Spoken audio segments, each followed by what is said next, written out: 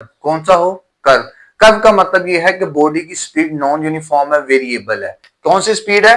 Body की speed non uniform है,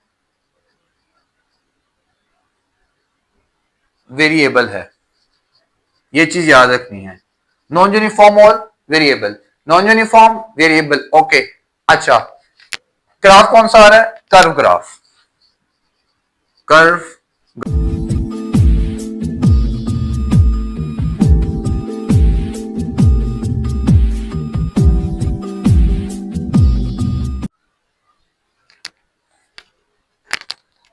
जी अस्सलाम वालेकुम रहमतुल्लाहि व बरकातुहू।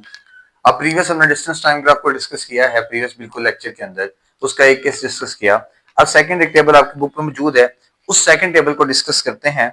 अब सेकंड टेबल में अगेन सर आपके पास टाइम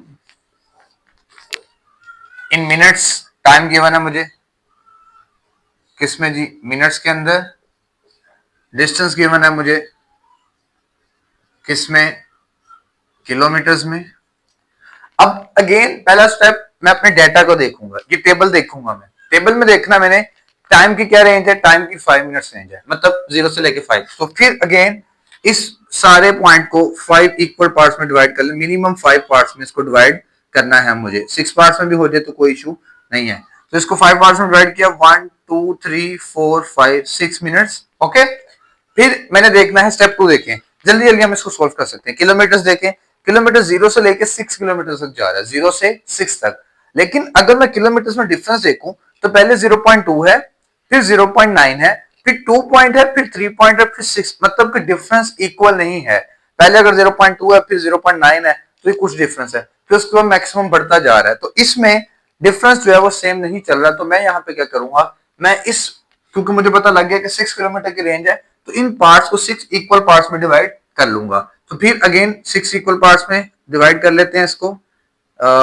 1 2 3 4 5 6 7, 1 2 3 4 5 6 7, मिनिमम मुझे 5 पार्ट्स में करना था, ही करना था 6 पार्ट्स में।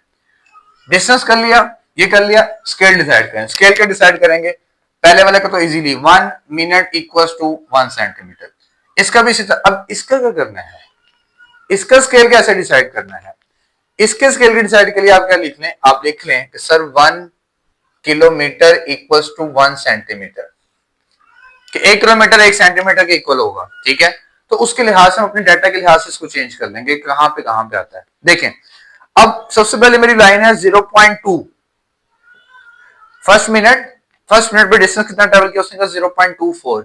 0.24 का मतलब यह है कि अगर 1 किलोमीटर 1 सेंटीमीटर के इक्वल है, तो फर्स्ट लाइन के अकॉर्डिंग मेरे पास 0.2 की लाइन आएगी, 0.2 मिलीमीटर, क्योंकि 1 सेंटीमीटर से भी छोटा। तो मैं यहाँ पे क्या करूंगा, 0.2 कहां पे आएगा? अप्रोक्सीमेटली 0.2 यहाँ पे कहीं पे आएगा, बिल्कुल स्टार्टिंग में यहाँ पे ये 0.2 की लाइन होगी, और ये 1 मिनट है। तो ये पहला डॉट मेरे पास बिल्कुल इसके नियरेस्ट आ जाएगा। फिर देखें, इस डॉट को मजीद डाल कर देता हूं ऐसे। उसके बाद दूसरा पॉइंट उसने कहा जी 2 मिनट हुए तो 0.9 पे चला गया। 0.91 के बिल्कुल करीब आएगा कहीं, ये 2 मिनट्स का है, तो ये 0.9 के यहां पे आएगा। तो मेरे पास सेकंड डॉट क्या आएगा? यहां पे सेकंड डॉट आएगा।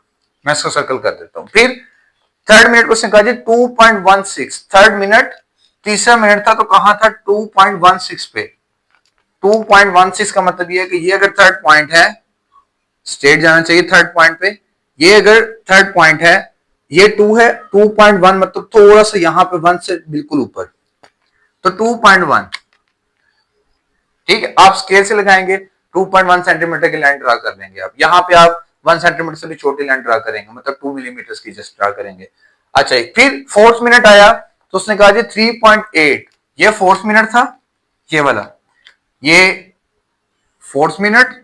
3.8 मतलब 4 से बिल्कुल थोड़ा सा नीचे आएगा, यहां पे कहीं पे, यहां पे दूसरा सर्कल लगा लेते हैं। देन फोर्थ पे 3.8 और फिफ्थ पे गाड़ी 6.0, ये फिफ्थ मिनट था, ये वाला, ये 5 मिनट है, और ये 6.0 है, मतलब 6 है। ये आ गया अगेन पॉइंट।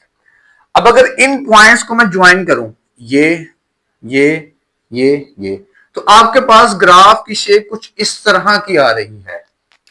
तो याद रखें, जब आपके पास ग्राफ हो curve graph, 3 points clear. Non uniform speed का ग्राफ है सर, कर्व ग्राफ है। Last point, speed is increasing, speed is increasing, ठीक है।